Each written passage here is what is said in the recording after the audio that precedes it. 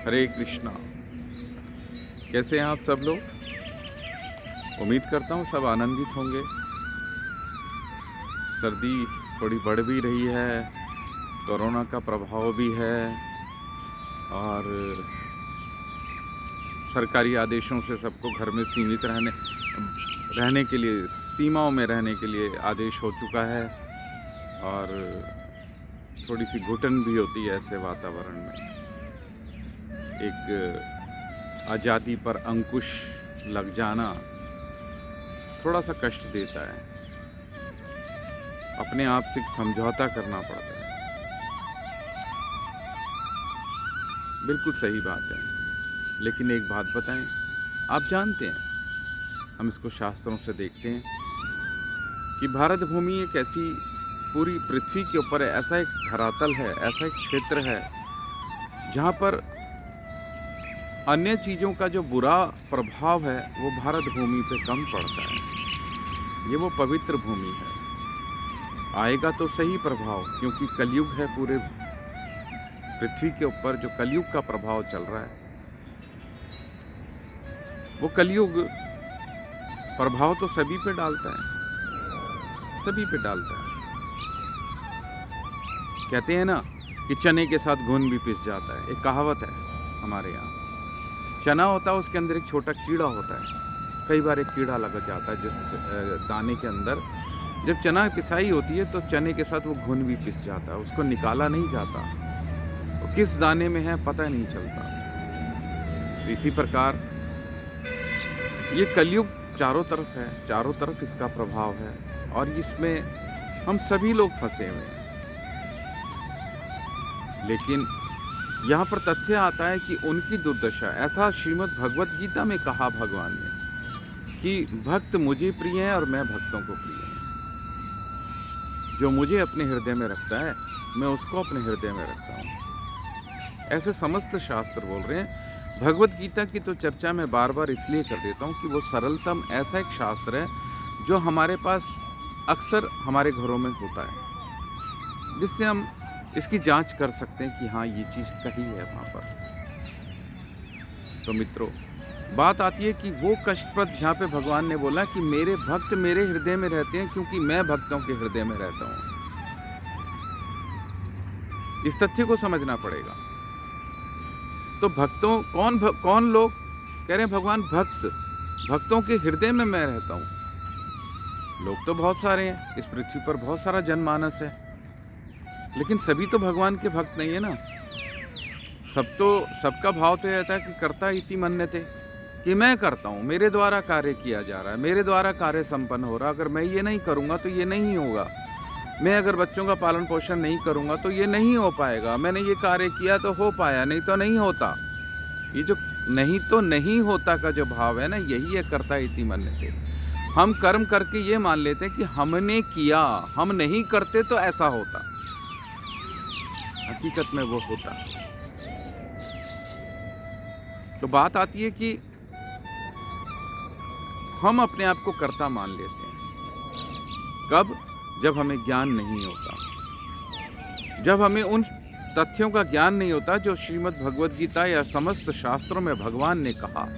भगवान वासुदेव, भगवान गोविंद जहाँ पे जो सारी चीज़ें कह रहे हैं, गोपाल जी जो समस्त जगह भगवान ने जो कथन कहे हैं वो हमें समझ नहीं आते। हम उनके करीब नहीं जाते और वो हमारे समझ नहीं आते। इस वजह से हम भक्ति में प्रवेश नहीं करते और हमें भगवान से और अपना रिलेशन नहीं पता चलता। अर्थात जो वर्ण व्यवस्था थी, वर्ण व्यवस्था के अंदर ब्राह्मण श्रेष्ठतम बताए गए। उसका उद्देश्य यही रहा कि ब्राह्मण समस्त समाज को, समस्त जन को वो तथ्य सामने रखेगा जो शास्त्रों में भगवान ने बताए हैं। वो समाज का एक वो हिस्सा जो इस चीज को बताने के लिए पद बनाया गया, वो था ब्राह्मण।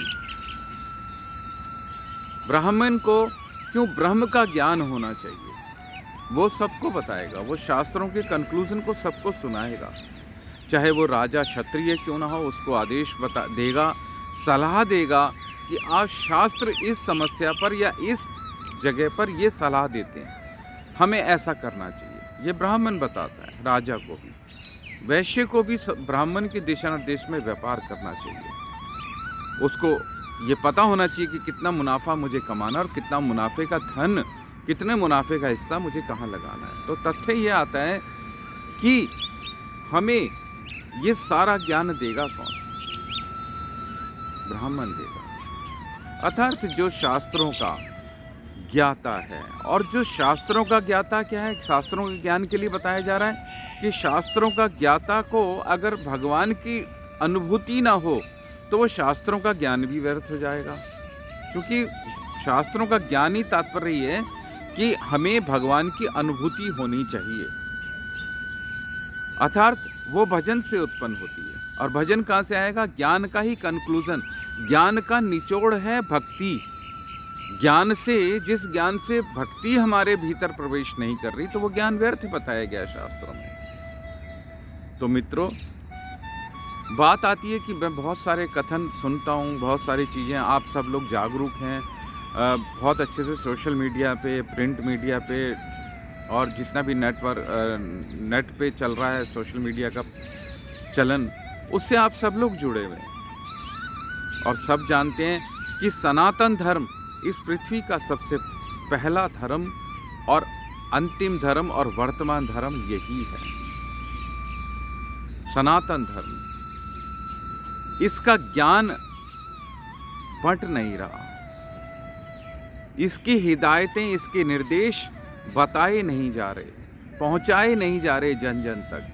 चारों तरफ जन है लेकिन अज्ञानता में पसरा पड़ा है, अज्ञानता पसरी पड़ी है चारों तरफ। व्यक्ति उस ज्ञान के करीब नहीं जा पाता। क्यों नहीं जा पाता?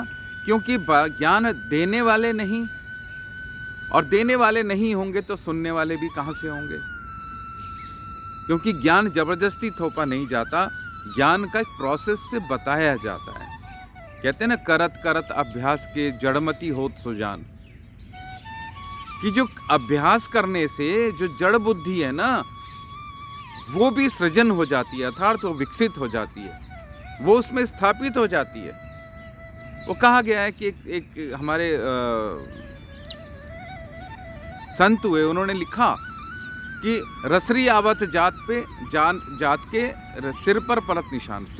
सिल मतलब सिल, एक पत्थर के ऊपर रसरी, जो कुएं में रस्सी डाल के पानी खींचा जाता है, तो रस्सी कितनी कमजोर है, लेकिन वो बार बार एक ही जगह घिसने से उस पत्थर को भी काट देती है। जबकि पत्थर रस्सी को काट सकता है, इतनी नाजुक है, लेकिन क्योंकि बार बार की क्रिया उस रस्सी को मजबूत इतना कर देती है कि पत्थर को काट देती है। इसलिए ये जो शास्त्रों का ज्ञान जिसको बताना है वो नहीं बता पा रहे, वो नहीं बता रहे, इसलिए समाज अज्ञानता के अंदर बसा हुआ है, अज्ञानता में बस बैठा हुआ है, अज्ञानी बना बैठा है। इसलिए वो हत्याएं, लूट खसोट, छीना झपटी, छल कपट, ये सारा विद्यमान है, सिर्फ इसलिए कि शास्त्रों का ज्ञान उनके पास नहीं है। शास्त्रों का ज्ञान मतलब, मैं किसी किताब की बात नहीं कर रहा हूँ, मैं ये कह रहा हूँ कि जो भगवान ने हमको निर्देश दिए हैं वो ज्ञान उन तक पहुँच ही नहीं रहा। तो मित्रों, हमने एक फाउंडेशन बनाया, परमार्थी प्रेम रसधारा। उस फाउंडेशन का उद्देश्य तो बहुत सारे हैं सरकारी तौर पर, जिस पे हमारे को मिला है वो रजिस्ट्रेशन। ये पीछे हमने जुलाई में शुरू किया था। सरकारी फाउंडेशन अर्थात सरकार से मान्यता प्राप्त फाउंडेशन, ऐसा ट्रस्ट जो सबसे मुख्य कार्य उसका है कि सबको, समस्त जन को अज्ञानता से बाहर निकाल के शास्त्रों का, भगवान के दिशा निर्देशों का ज्ञान उनको कराया जाए, उनका उस ज्ञान को बोध कराया जाए, ताकि समाज में फैली हुई बुराइयों को हम जड़ से, वो समाज खुद ही नष्ट कर दे। जब ज्ञान आ जाएगा तो बुराई अपने आप छूट जाती है, बुराई अपने आप समाप्त हो जाती है। आज के समाज में कितनी बुराइयां हैं, वो सभी जड़ से ख़त्म हो जाएंगी अगर हमको उसको, शास्त्रों का ज्ञान, भगवान की कथाएं जब तक उनके पास पहुंचेंगी नहीं, उनको तर्क से बताया नहीं जाएगा, साइंटिफिक वे से बताया नहीं जाएगा, वैज्ञानिक तरीके से सिद्ध करके बताया नहीं जाएगा, तब तक वो चीज़ उनके बुद्धि में प्रवेश नहीं करेगी और ये समाज की जो बुराइयां हैं वो बरकरार रहेंगी और बढ़ेंगी। कलयुग का प्रभाव इतना ज़्यादा बढ़ेगा कि ये बुराइयां और विकराल रूप लेंगी। क्या करेंगे तब हम, क्या करेंगे? तो हमने ये चीज़ जो हम करते हैं, लोग कहते हैं कि आज धर्म परिवर्तन हो रहा है, ये हो रहा है, वो हो रहा है, बहुत कुछ हो रहा है। क्यों? क्योंकि अज्ञानता पसरी पड़ी है। उस अज्ञानता को ही हम गांव-गांव जाके, गांव-गांव, गली-गली जाके हम प्रचार करते हैं। उस अज्ञानता को दूर करने के लिए उस शास्त्रों का ज्ञान हम बांटते हैं। हमारी टीम जगह जगह जाती है, छोटे छोटे इंटीरियर गाँवों में जाती है, इंटीरियर ऐसे लोगों के बीच में जाती है जहाँ पर कथा नहीं पहुँच रही, कुछ नहीं पहुँच रहा, जिससे हमारा ज्ञान नहीं बट रहा और जो अज्ञानता का हमारा बोलबाला हो रहा है। तो मित्रों, मैं इस वीडियो में सिर्फ यही कहना चाहता हूँ कि हम प्रचार में रहते हैं सदैव, हमारी टीम सदैव प्रचार में रहती है।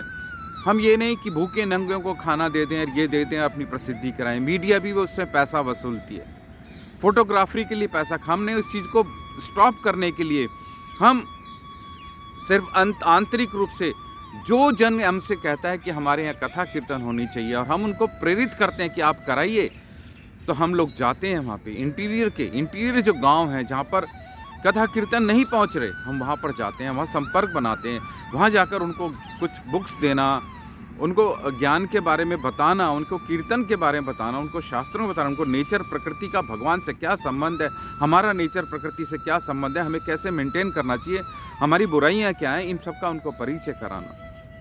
हम ये करते हैं, हम ज्ञान के लिए, हम अपने सनातन धर्म के लिए सबको प्रेरित करते हैं कि आइए, जुड़िए, जागिए, अंधेरे में क्यों बैठे हैं आप।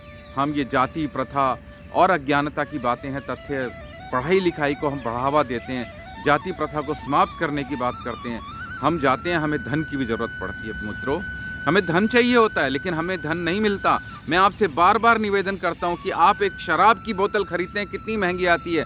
कल 31 दिसंबर का दिन है, देखिए कितना सारा अवैध कार्यों में धन खर्च हो जाएगा। लेकिन हम भगवान के प्रचार के लिए, सनातन धर्म के प्रचार के लिए हम आपसे हाथ जोड़ के निवेदन करते हैं कि कुछ हमें आप अपनी कमाई में से कुछ धन अगर आप महीने का भी देंगे तो हम बहुत बड़ा कार्य अचीव कर सकते हैं। आज विदेश से फंडिंग आ रही है सनातन धर्म को नाश करने के लिए। क्या हम लोग अपनी जेब से थोड़े से अमाउंट देकर क्या इस फंडिंग को हमारे को प्रचार के लिए नहीं दिया जा सकता?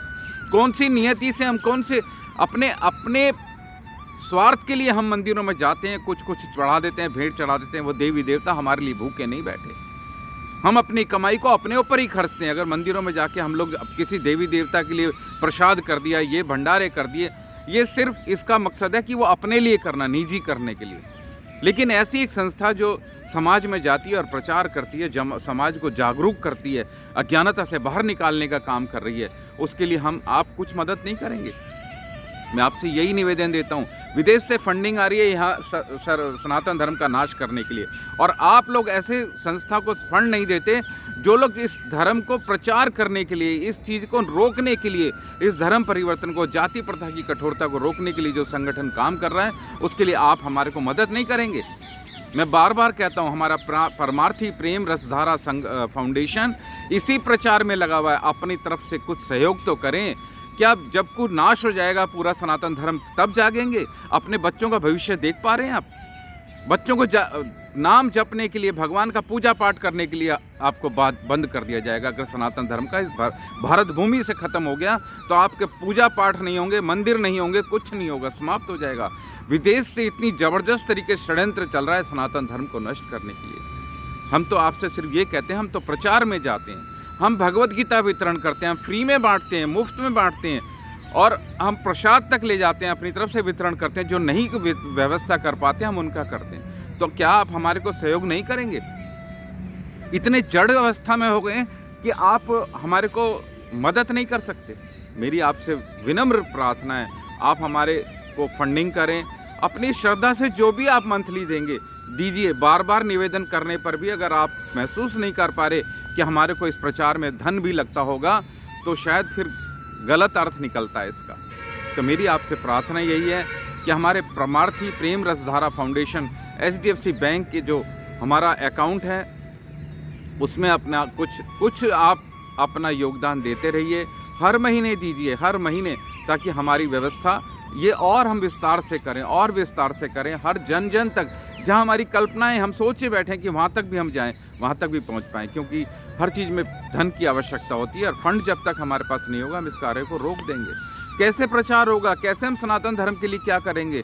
क्या हम अपने लिए बस प्रसाद बनाया, भंडारा कर दिया, जागरण कर दिया, जहाँ कोई ज्ञान का प्रसार नहीं होता वो करेंगे? नाम प्रसिद्धि के लिए, अपने प्रचार के लिए, अपने नाम रोशन होने के लिए जागरण करके बड़े से बड़ा पंडाल बनवाकर, बड़े से बड़ा भंडारा करवा के अपने नाम प्रसिद्धि के लिए कि कौन किसने कराया, अच्छा उसने कराया। आप ऐसा दान दीजिए ना कि जो भगवान के खाते में जुड़ रहा है, कि आप भगवान देख रहे हैं कि आपने मेरे प्रचार के लिए क्या किया। तो मेरी आपसे निवेदन है, प्रार्थना है, आप इसको हमारे को सहयोग करिए, हमारे फंडिंग बढ़ाइए। मैं फिर आऊँगा एक बारी आपसे इस बात की रिक्वेस्ट करने के लिए। मैं देखता हूँ इस वीडियो से, इस कथन से मेरे क्या प्रभाव पड़ता है और कितना फंड्स हमारे पास इकट्ठा होता है। मैं हाथ जोड़ के भगवान के लिए आपसे भिक्षा मांग रहा हूँ, भिक्षा मांग रहा हूँ। क्या आप भिक्षा भी नहीं देंगे? भगवान के लिए भिक्षा नहीं देंगे आप? इतनी स्थिति खराब नहीं है आप सबकी। दीजिएगा, दीजिएगा। भगवान के लिए भिक्षा मांगता हूँ मैं आपसे। हरे कृष्णा, श्री राधे।